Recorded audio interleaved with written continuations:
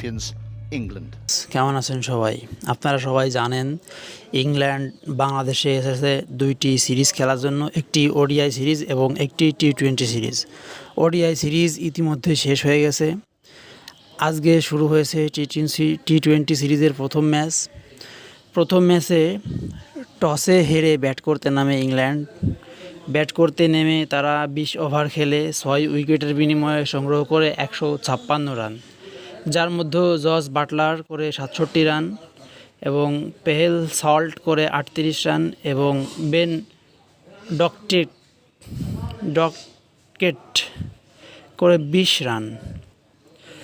তারা আজকে যেভাবে আক্রমণাত্মকভাবে খেলে ইংল্যান্ড সেভাবে খেলতে পারে নাই। বাংলাদেশের বোলারদের কাছে তারা হার মানতে বাধ্য হয়েছে, যার কারণে তারা মাত্র 6 উইকেটের বিনিময়ে 156 রান সংগ্রহ করতে পেরেছে। বাংলাদেশের বোলাররা আজকে খুব ভালো বল করেছে, যার মধ্যে তাদেরকে 160 রানের ভিতরে আটকে দিতে সম্ভব হয়েছে। হাসান মাহমুদ 4 ওভার বল করে 26 রান দিয়ে পেয়েছে 2টি উইকেট। সাকিব আল হাসান 26 রান দিয়ে পেয়েছে 1টি উইকেট। নাসুম আহমেদ 31 রান দিয়ে পেয়েছে 1টি উইকেট। দ্বিতীয় ইনিংসে ব্যাট করতে নামে বাংলাদেশ। ব্যাট করতে নেমে 18 ওভার খেলে 4 উইকেট হারিয়ে তারা সংগ্রহ করে ফেলে 158 রান। 6 উইকেট হাতে রেখেই বাংলাদেশ বিশাল জয় পায় ইংল্যান্ডের বিরুদ্ধে।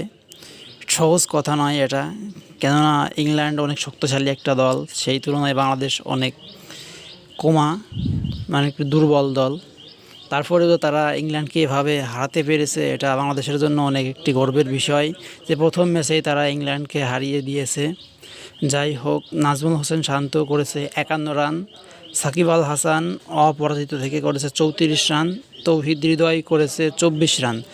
যাই হোক, নতুন দলে ঢুকেছিল রনি তালুকদার এবং তৌহিদ হৃদয়, তারা দুজনেই মোটামুটি খুব ভালো খেলেছে প্রথম ম্যাচটিতে। দেখা যাক পরবর্তী ম্যাচগুলোতে কী করে। আর নাজমুল হোসেন শান্ত অনেক ট্রলের শিকার হয়ে এসে এখন ব্যাটে জবাব দিচ্ছে, মুখে সে কোনো কাউকে জবাব দেয় নাই, ব্যাটে বলে সে জবাব দিচ্ছে।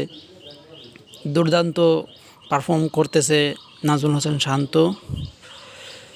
তো পাকিস্তানের বোলাররা আজকে তেমন সুবিধা করতে পারে নাই, মাত্র 4টি উইকেট তারা নিতে পেরেছে। মার্ক উড 24 রান দিয়ে পেয়েছে 1টি উইকেট। আদিল রশিদ 25 রান দিয়ে পেয়েছে 1টি উইকেট। মঈন আলী 27 রান দিয়ে পেয়েছে 1টি উইকেট। সো ভিউয়ার্স, এখনকার মতো ভিডিওটা এ পর্যন্তই। ভালো লাগলে অবশ্যই লাইক কমেন্ট শেয়ার করবেন এবং পরবর্তী ভিডিও সবার আগে পেতে চাইলে অবশ্যই চ্যানেলটি সাবস্ক্রাইব করে আমাদের সাথেই থাকুন। ধন্যবাদ সবাইকে।